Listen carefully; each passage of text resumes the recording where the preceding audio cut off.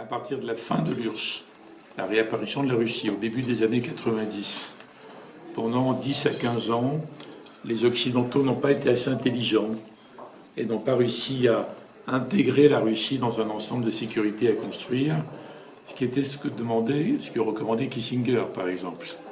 Et après, dans une seconde phase, quand la Russie progressivement est redevenue une vraie menace, une sorte d'animal enragé, avec l'évolution de Poutine, l'accord avec l'Église, l'Occident était trop désinvolte, n'a pas cru à la menace en réalité. Donc, contrairement à ce qu'on dit ces temps-ci, il n'y a pas eu de complaisance. Il y a une sorte d'arrogance ou d'ignorance un peu désinvolte, comme si on n'avait pas à se préoccuper ni du sentiment, d'humiliation, volonté de revanche, ni des menaces. Donc dans l'ensemble, ça n'a pas été une politique très, très heureuse, quoi.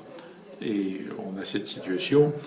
Cela dit, une fois qu'on dit ça, parce que je suis pour l'évaluation des politiques, absolument rien ne peut justifier les horreurs de la guerre en Ukraine, quels que soient les éventuels arguments sérieux que la Russie aurait pu avoir tout au début, pas dans les périodes récentes.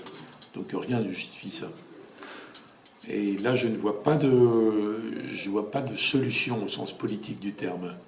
On peut imaginer qu'à un moment donné, la Russie s'arrête, qu'elle présente comme une victoire le contrôle de l'Est de l'Ukraine. Mais ne pensez-vous pas, Monsieur le Ministre, qu'on est peut-être dans une espèce de syndrome poutinien, un peu comme Hitler l'avait été vis-à-vis des vainqueurs des précédentes guerres? Non, je crois que c'est différent. On peut pas comparer. Il y a des situations atypiques et particulières à chaque fois.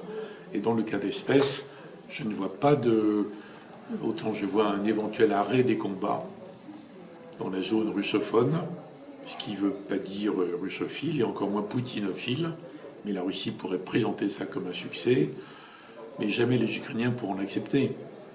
Donc je ne vois pas de solution, je ne vois pas de négociation, je ne vois pas sur quoi.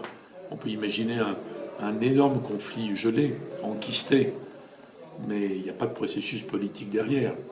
Et bon, un jour ou l'autre, un jour lointain, on sera obligé de se reposer la question de savoir comment on peut être le voisin de la Russie. Ça reviendra un jour, ça. Et ce n'est pas du tout une question d'actualité. Est-ce que vous pouvez dire que, au final, Poutine est dans une espèce de re-russification et qui serait un paradoxe face à la balkanisation qui avait été le déclencheur des précédentes guerres? Lui, il veut recimenter en quelque sorte des tas de communautés slaves et soi-disant russophones ou quasi-russophones, alors qu'on assiste actuellement, au contraire, à une fragmentation du continent eurasiatique qui vise à des séparations. C'est ce qu'on a vu en Catalogne, par exemple, ou en Écosse. Je pense qu'on ne peut pas comparer les différentes guerres, les différentes situations.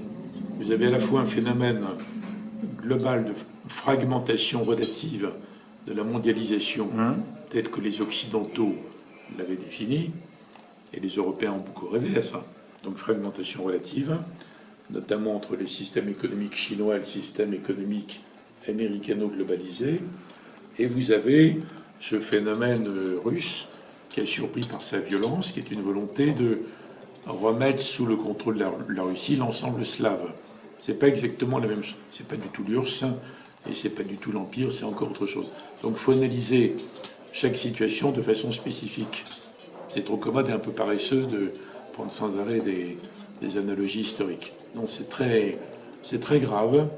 C'est très grave et les Occidentaux, globalement, mais les Européens en particulier, doivent se préparer à vivre dans ce monde plus difficile, plus fragmenté, et avec une Russie qui n'est pas loin, et avec laquelle il faudra énormément de temps, même après la fin des combats dont je ne connais pas la date, pour réinventer, comment dire, une sorte de coexistence pacifique.